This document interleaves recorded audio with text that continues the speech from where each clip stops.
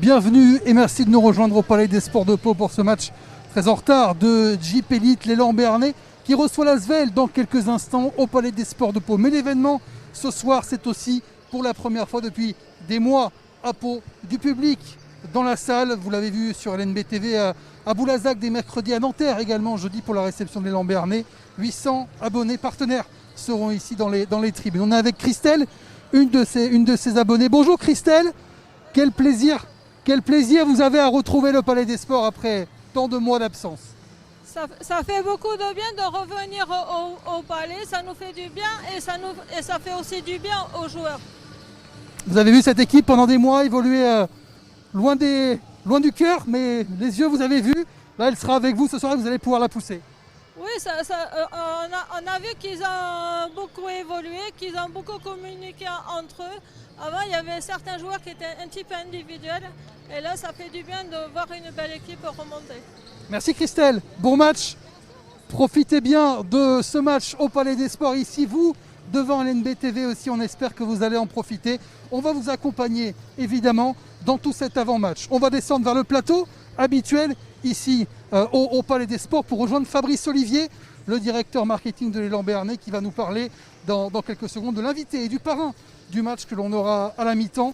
Nous serons également avec Dominique Louey, le directeur général de l'élan béarnais, et puis Frédéric Moncade nous rejoindra pour les dernières minutes de présentation pour, comme d'habitude, évoquer l'adversaire, l'Asvel, ce soir. On rejoint le plateau et on va rejoindre donc Fabrice Olivier, le directeur marketing de l'élan béarnais. Bonsoir Fabrice. Bonsoir Frédéric. Le parrain du match donc à la mi-temps. Qui est le parrain du match? Le parrain du match, c'est Crédit Agricole Pyrénées-Gascogne, un de nos partenaires majeurs depuis quelques saisons. Frédéric, vous aurez l'honneur et l'avantage de pouvoir interviewer Florence Burdin, qui est directrice de la communication du Crédit Agricole Pyrénées-Gascogne. De quoi elle va nous parler, Florence? Quels sont les rapports entre le Crédit Agricole et l'élan béarnais? Alors, en fait, le Crédit Agricole Pyrénées-Gascogne est un des partenaires majeurs et qui soutient principalement la formation, tous les espoirs. Tout ce qui concerne les espoirs est parrainé par le Crédit Agricole Pyrénées-Gascogne. Et donc voilà, c'est un fort enjeu pour eux. Et on en parlera donc à la mi-temps avec Florence Burdin. Merci beaucoup Fabrice Olivier, le directeur marketing de l'élan béarnais. Donc en attendant Dominique Louey, qu'on va avoir dans quelques secondes, qui est le directeur général de l'élan béarnais désormais.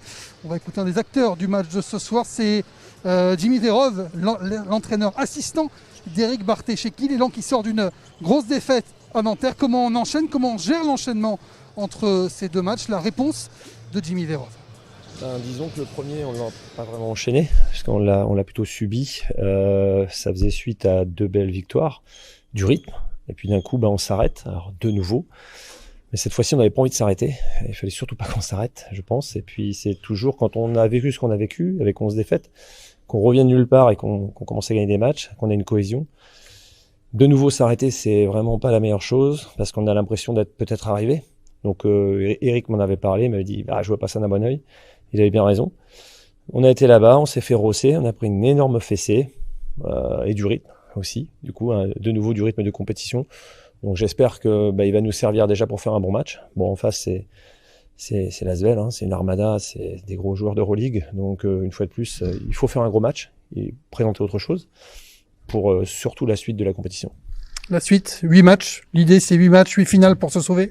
C'est 8 finales, il faut en laisser 2 derrière. Faut pas se poser de questions, faut pas réfléchir à moins 40, plus 40, si cela. Tu gagnes de 25 points contre Dijon, t'as rien gagné. Tu perds de 40 points contre Nanterre, t'as rien perdu. En tout cas pour l'instant. Et t'as rien gagné non plus. Donc il faut vivre les matchs les uns après les autres, comme des finales, le couteau entre les dents, pour laisser ce club là où il doit être et continuer de grandir après. Voilà. Il faut pas tergiverser plus et se donner à fond là-dessus. Et on est avec Dominique Louey qui nous a rejoint sur ce plateau. On s'entend pas forcément puisqu'il y a du public maintenant, Dominique, mais on est ravis de vous avoir. Vous êtes le directeur général du club désormais. Comment le directeur général aborde ce match face à cette magnifique équipe de l'Asvel qui est un peu diminuée, on le verra après avec Fred Moncade. Sur le plan sportif, en fait, vu notre retour de Nanterre avec le résultat que vous savez, nous devons nous reconcentrer sur notre objectif qui est donc de rester en Pro A, et c'est ce que je dis depuis quelques jours, on dit tous la même chose. Cet objectif-là, il doit passer par aujourd'hui une vraie concentration pour faire un bon match contre l'Asvel. Au-delà du résultat, c'est vraiment se remettre à jouer comme on le faisait avant l'arrêt qu'on a eu là, dans les matchs précédents, et avoir l'objectif justement qu'on a 8 matchs pour un petit marathon de 3 semaines là, pour à tout prix aller vers cet objectif-là. 8 matchs, 8 finales, c'est ce que disait Jimmy Verov dans son interview à quelques secondes, vous l'avez entendu.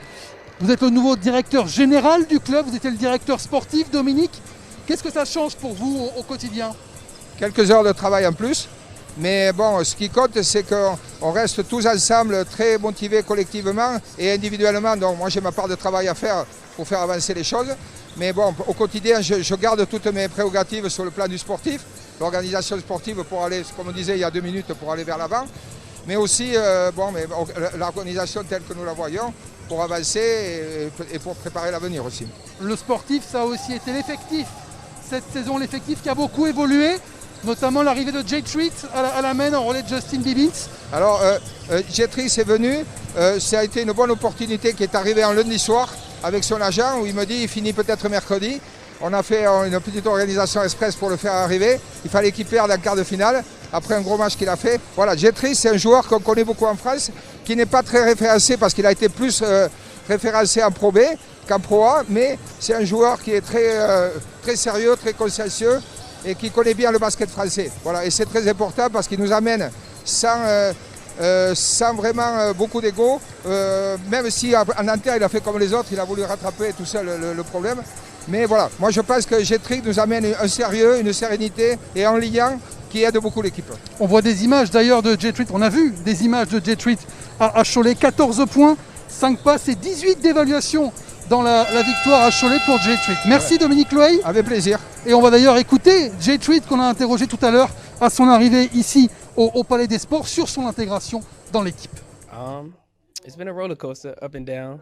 You know, it's always tough joining the team late, but the guys and the coaches and the staff, everyone here made it pretty easy for me. I think me playing in France before helps too.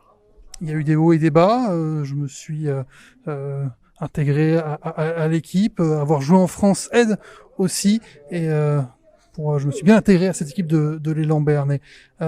You had quite a fallout in Nanterre 2 days ago. How do you come back from this defeat? Just bring a lot of energy. I don't know if whether it was the 10 or 11 days that kind of hurt us, but we kind of got out of rhythm. So now it's just come back and playing with a whole lot of energy. It's 3 weeks left in the season, and we got to make the best of it. Oui, on a perdu à Nanterre, mais il faut qu'on se relève, remettre beaucoup d'énergie. Il reste quelques semaines dans la saison. Il faut qu'on en fasse le mieux possible. On est Asvel, c'est donc dans une dizaine de minutes, désormais au Palais des Sports de Pau et en direct sur LNB TV. Fred Moncade m'a rejoint. Bonsoir Fred. Bonsoir à tous. Pour commenter cette rencontre ici face à l'Asvel. Bon, vous avez vu le match à Nanterre. L'élan qui sort d'une belle dérouillée, on ne peut pas se le cacher, mais qui avait montré de belles promesses contre des gros, contre Dijon, contre Strasbourg, ici au Palais des Sports. Ce serait un exploit, mais pourquoi pas? Effectivement, donc ça serait un exploit ce soir de battre l'Asvel. Effectivement, l'Alan était sur une excellente dynamique. Après, il y a eu une coupure de 10 jours et le début de match à Nanterre a été compliqué. Derrière, ils ont même s'ils sont battus, ils sont revenus à 10 points. L'écart final a été très important. Et donc ce soir, c'est l'équipe de l'Asvel qui est diminuée en nombre, mais la qualité est toujours présente. Et vous l'entendez derrière nous, avant d'aborder le classement, on va vivre un petit peu ensemble la présentation de l'équipe à son public pour la première fois depuis des mois de l'élan Béarn.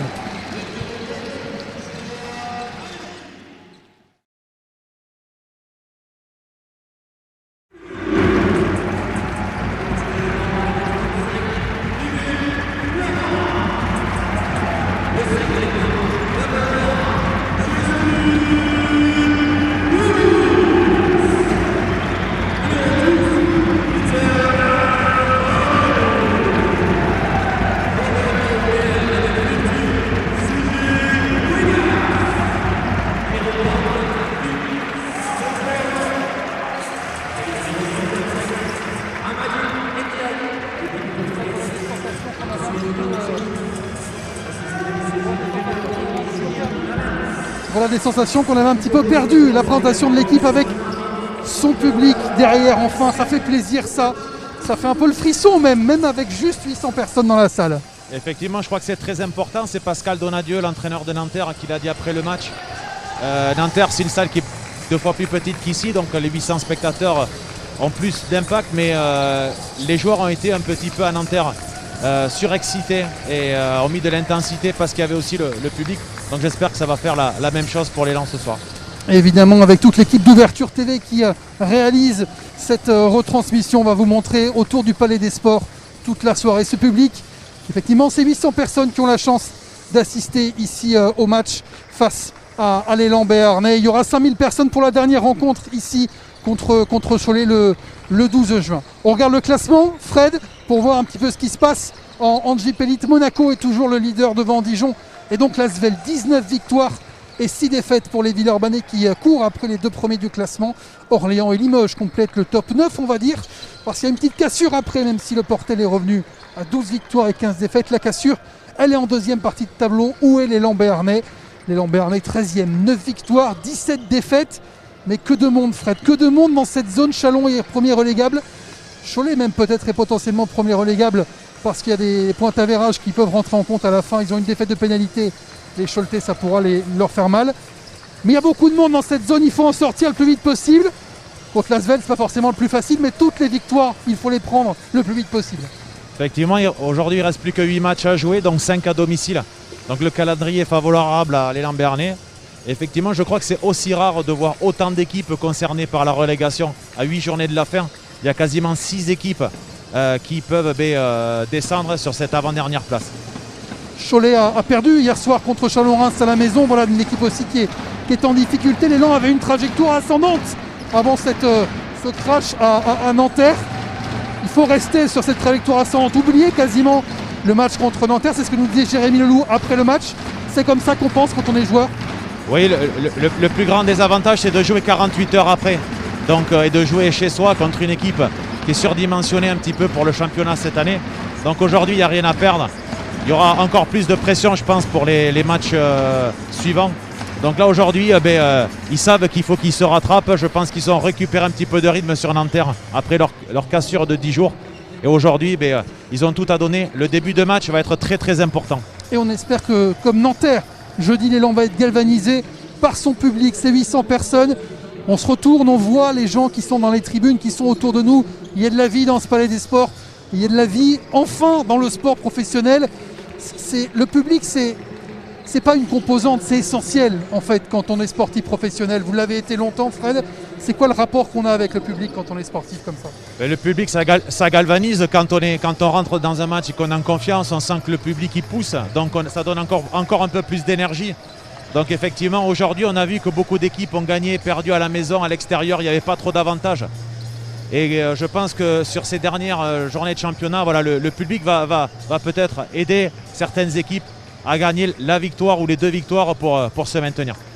Un mot sur cette équipe de l'Asvel avant qu'on s'assoie au poste commentateur pour vous faire vivre ce match sur LNB TV. L'équipe de l'Asvel surdimensionnée qui a mangé beaucoup d'énergie en Euroleague avant de se replonger dans le championnat, mais qui ne sera que 9 sur la feuille de match ce soir. Il y a beaucoup d'absents du côté de l'Asvel. Ne joueront pas, on va commencer par ça. Mustapha Fall, douleur au pied. Pas de Norris Cole qui est en reprise. Ismaël Bako est malade. Antoine Dio et papa. Félicitations à lui s'il nous regarde sur LNB TV. On ne sait jamais, même s'il a sûrement mieux à faire en ce moment puisque c'est son 2e enfant. Et puis Derek Walton Jr. qui est aux États-Unis pour raison personnelle. 9 joueurs sur la feuille. Petit espoir, petite ouverture pour l'élan, même si quand on voit Hurtel, Laïti, Howard Yabouzélé, bon, c'est du très lourd. Alors, l'équipe est très complète encore. Effectivement, ils sont que 9 sur la feuille puisque les espoirs de l'Asvel viennent de gagner le trophée du futur. Donc c'est pour ça qu'ils ne peuvent pas compléter l'équipe. Effectivement, alors l'absence de conjugué de Mustapha Fall et d'Ismaël Bako, les 2 très grands intérieurs de l'Asvel, vont les obliger à jouer beaucoup plus petit, beaucoup plus au large, de manière différente. Je pense qu'Éric Bartéchéki et son staff avaient préparé quelque chose pour contrecarrer l'impact, notamment de Mustapha Fall dans la raquette.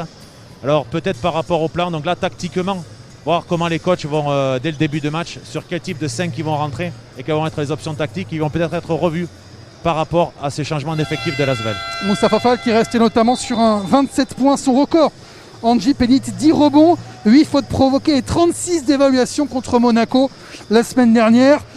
C'est quand même un beau problème qui s'en va d'un coup pour les Lambernais. Hein. Effectivement, il a un impact physique avec sa taille et sa puissance qui est inarrêtable en Jeep Elite. Donc effectivement, ça sort, mais on va voir, ils vont jouer beaucoup plus au large avec Amine Noah, William Howard qui va jouer aussi poste 4 et Gershon Yabusele. Il reste quand même beaucoup de noms encore à l'Asvel ce soir.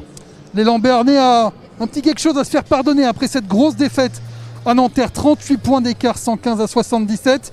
Ça se fait ce soir contre l'Asvel en tout cas, c'est ce que les Palois espèrent face à leur public. Merci Frédéric pour cet avant-match. On va pas très loin, on va juste au poste commentateur pour vivre avec vous cette rencontre sur LNB TV dans quelques instants. Et Lambernais Asvel, 14e journée de Jeep Elite, ça démarre dans 2 minutes.